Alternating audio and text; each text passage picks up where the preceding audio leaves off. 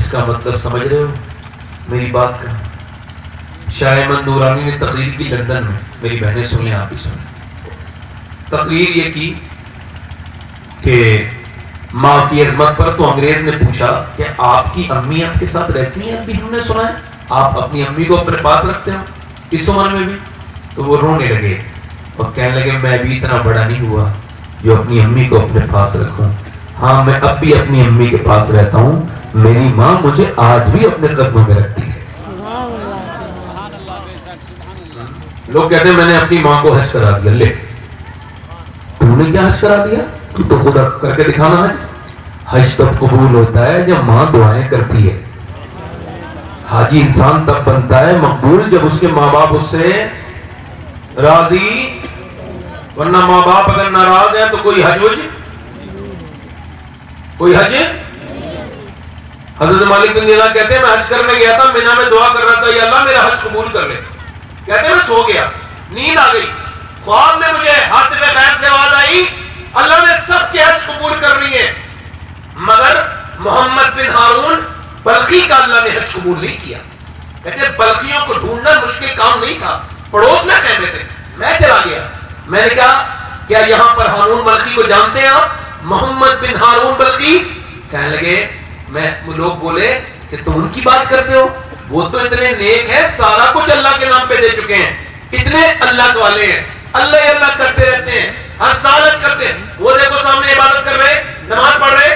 کہتے میں جا کے پیچھے بیٹھ گیا، اس نے سلام پھیرا، میری طرف غور کریں، سلام پھیرا اور سلام.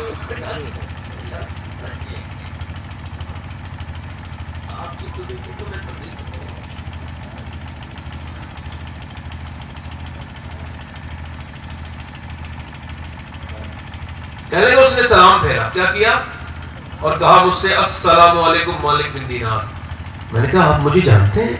کہا میں یہ بھی جانتا ہوں. تم آئے کیوں آئے ہو؟ کہ یہ بتانے آئے ہیں آپ کہ میرا حج قبول. میرا حج قبول. اگر آپ جانتے ہیں کیسے؟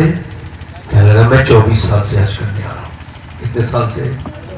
کہتے ہیں آرام باندھ کے چلتا ہوں گھر سے، کعبے میں آتا ہوں، کعبے کو دیکھ کے رونا لگتا ہوں، توبہ کرتا ہوں اپنے گناہوں سے. پہلے لوگ کعبے کو دیکھ کے روتے تھے، سیلفیاں نہیں بنواتے تھے، فوٹو نہیں کھنچواتے تھے، اپنی بیویوں کو لے جا کر وہاں پہ تصویریں نہیں بناتے تھے.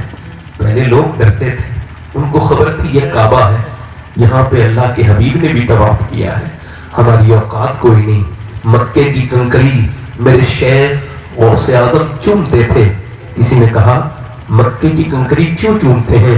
آپ نے فرمایا میرے نانا مکے میں 53 سال چلے ہیں، کیا پتا کون سے پتھر کو نسبت حاصل ہو میرے نانا سے. حرم کی زمین اور قدم رکھ کے چلنا. ارے سر کا موقع ہے، وہ جانے والے وہ کہتا ہے میں طواف کرتا ہوں، دھیان دیجئے گا میری بات پر، طواف کرتا ہوں، صحیح کرتا ہوں. 8 ذی الحجہ کو مینا میں حج کرنے جاتا ہوں، احرام باندھ کے مینا کے کیمپوں میں روتا ہوں. ایک دن گزارتا ہوں، دوسرے دن صبح کو فجر کے بعد میں عرفات چلا جاتا ہوں. عرفات وہی میدان ہے جہاں آدم علیہ السلام کی دعا قبول ہوئی تھی. عرفات وہی جگہ ہے جہاں جانور بھی گزر جائے، ادھر کو پرندہ بھی گزر جائے، حاجیوں میں شمار ہو جاتا ہے. 9 ذی الحجہ کو وہ کہتا ہے میں نے دعا مانگی. وہاں احرام میں دعا مانگنا سنت ہے. کیا ہے بولو؟ سر پہ کوئی چادر اس وقت نہیں ہوتی، احرام کی حالت میں سر ڈھکیں گے تو آپ پر دم واجب ہو جائے گا.